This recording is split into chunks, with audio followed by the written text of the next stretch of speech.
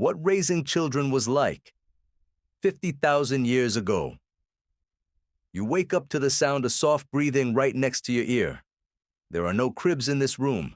There is no separate nursery down the dark hallway. No digital baby monitors are buzzing loudly on a wooden nightstand. Instead, you are completely surrounded by the deep warmth of several other human bodies packed closely together on a thick bed of dried grass and heavy animal skins. The tiny infant resting directly against your bare chest has spent every single second of its life in direct physical contact with another living human being. For 99% of human history, this exact scenario was the baseline reality of entering the world.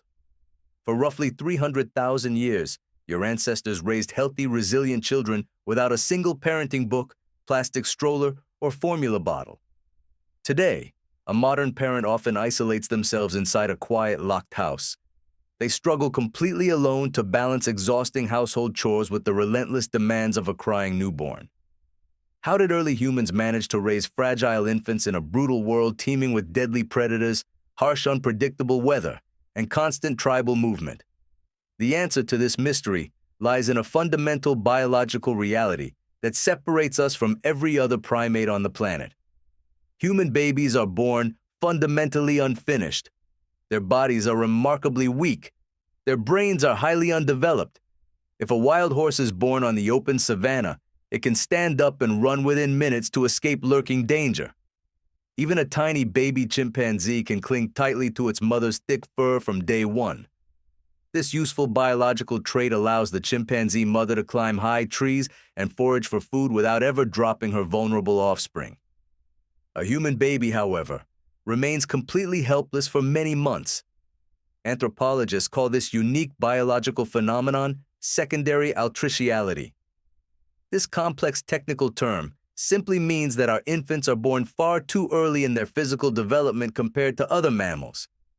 If our species stayed inside the safety of the womb until we reached the developmental maturity of a newborn chimp, pregnancy would have to last an impossible 21 months. Your infant's brain would simply grow too large to fit through your mother's narrow pelvis. This restriction is caused by bipedalism, which is our ability to walk upright on two legs. Walking upright required a narrower pelvis, creating a strict evolutionary bottleneck. Because of this rigid evolutionary trade-off, every single human baby is born into a dangerous state of extreme vulnerability. How could a nomadic tribe survive when its newest members required constant round-the-clock protection from the elements?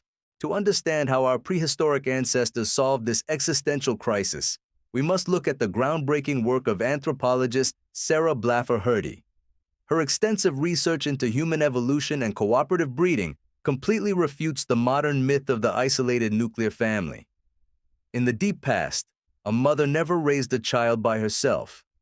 The concept of the isolated stay-at-home mother who handles 24-hour childcare without assistance is a very recent invention. It is a highly unnatural lifestyle that completely contradicts our evolutionary history. 50,000 years ago, human survival depended entirely on what scientists call alloparenting. This scientific term means that anyone in the tribe who was not the biological parent shared the heavy burden of keeping the child alive.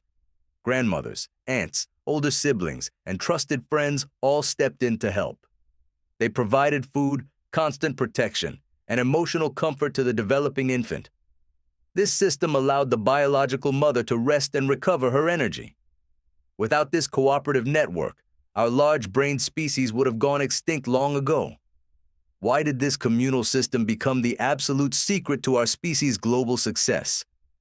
Let us reconstruct a typical day in a late Pleistocene hunter-gatherer camp to see exactly how this cooperative system worked in practice.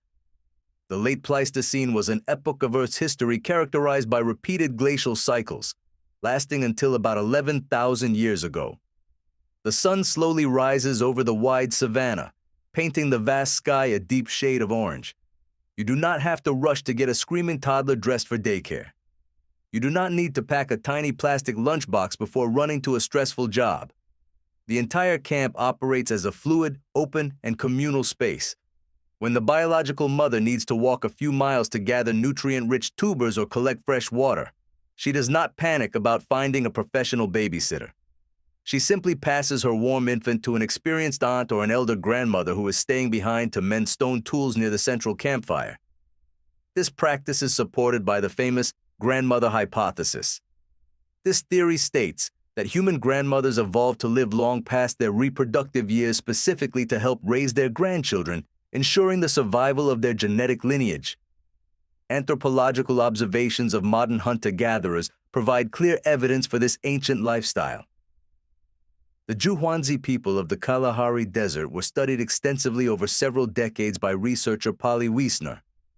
Her meticulous data shows that hunter-gatherer infants are held by someone other than their biological mother for up to 40% of the day. A baby raised in this communal environment learns very quickly that the entire world is a safe, supportive network. What kind of psychological impact did this constant care have on the developing human mind? This constant physical contact was not just a matter of social convenience.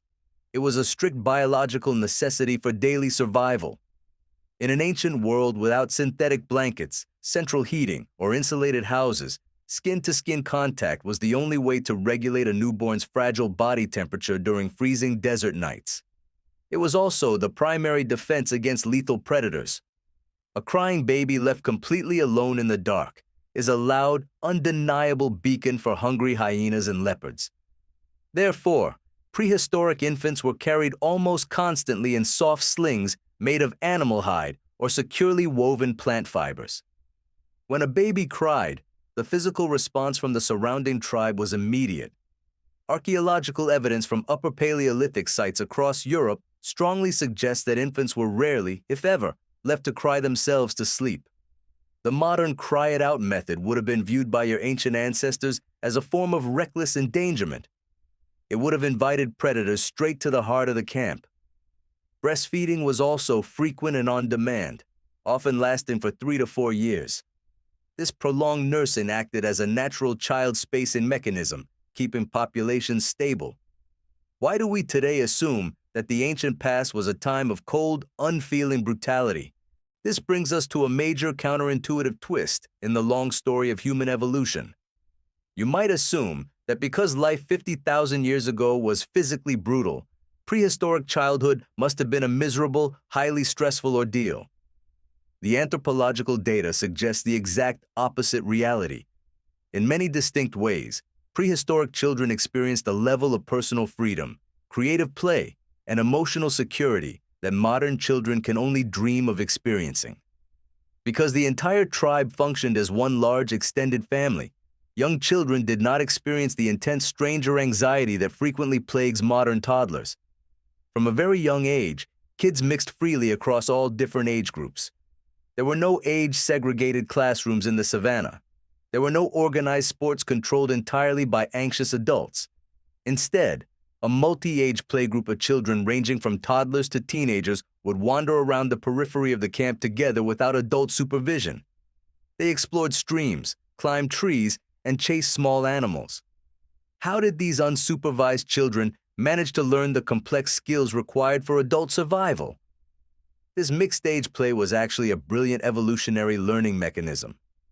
Renowned psychologist and anthropologist Peter Gray has argued extensively that free, unsupervised play in mixed-age groups is exactly how human children naturally acquire vital social skills, deep empathy, and creative problem-solving abilities. The older children in the group practiced essential caregiving skills by looking after the clumsy toddlers. Meanwhile, the younger children learned complex survival skills, like identifying animal tracks or shaping small flintstones, simply by watching and mimicking the older kids. No one sat them down for formal, boring lessons. No one handed them a standardized test to measure their progress. Learning was entirely active, self-directed, and embedded naturally in daily survival activities. The children played because play was the most effective way to prepare for a dangerous world. They played tracking games, built miniature shelters, and practiced using downsized bows and arrows. Through this joyful mimicry, culture was passed down seamlessly from one generation to the next. But you must not mistake this incredible freedom for a complete lack of danger. Childhood in the prehistoric world remained a high-stakes gamble with mortality. Archaeological analysis of ancient skeletal remains from famous Upper Paleolithic sites, such as Sunghir in Russia, shows that childhood mortality was staggeringly high. Up to half of all children did not survive to reach adulthood. They fell victim to infectious diseases, sudden accidents, or unexpected seasonal food shortages. A simple scratch from a thorn could easily turn into a fatal blood infection. A sudden drop in winter temperature could bring on lethal pneumonia within days.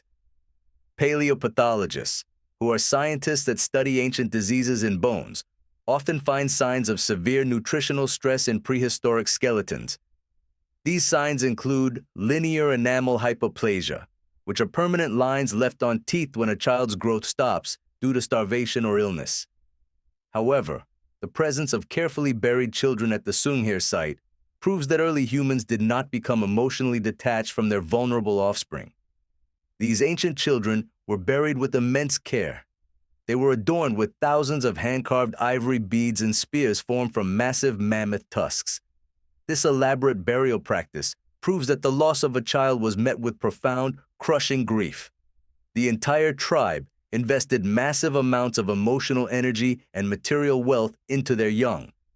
Every single childhood death was a devastating blow to the community's future. How did this deeply cooperative system eventually collapse?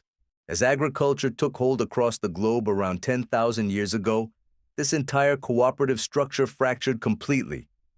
This economic shift represents one of the most drastic and painful transformations in the entire history of human childhood.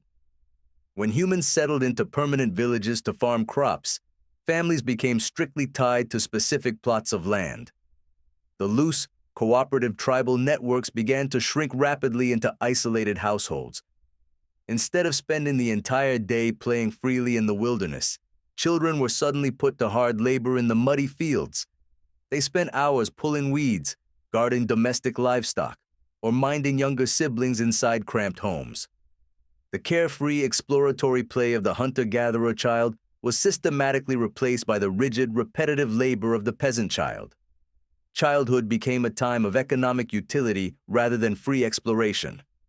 Skeletons from early agricultural communities show a sharp increase in disease and malnutrition compared to hunter-gatherers, a phenomenon known as the agricultural trap.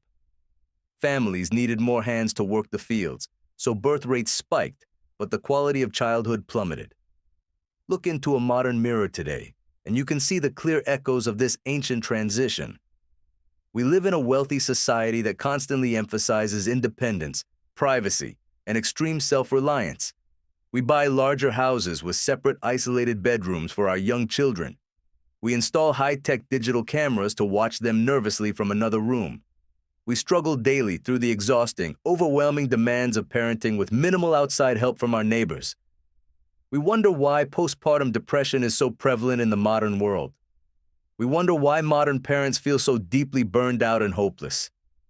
Your body and your brain are still biologically wired for the cooperative, communal world of 50,000 years ago.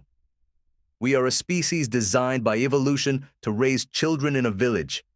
Yet we keep trying to do it inside an isolated, lonely box.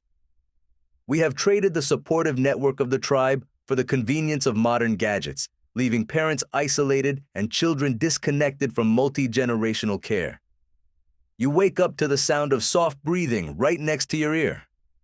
Today, it might be a child sleeping in their own separate bed across the hallway. You are separated by thick sheets of drywall and a digital baby monitor.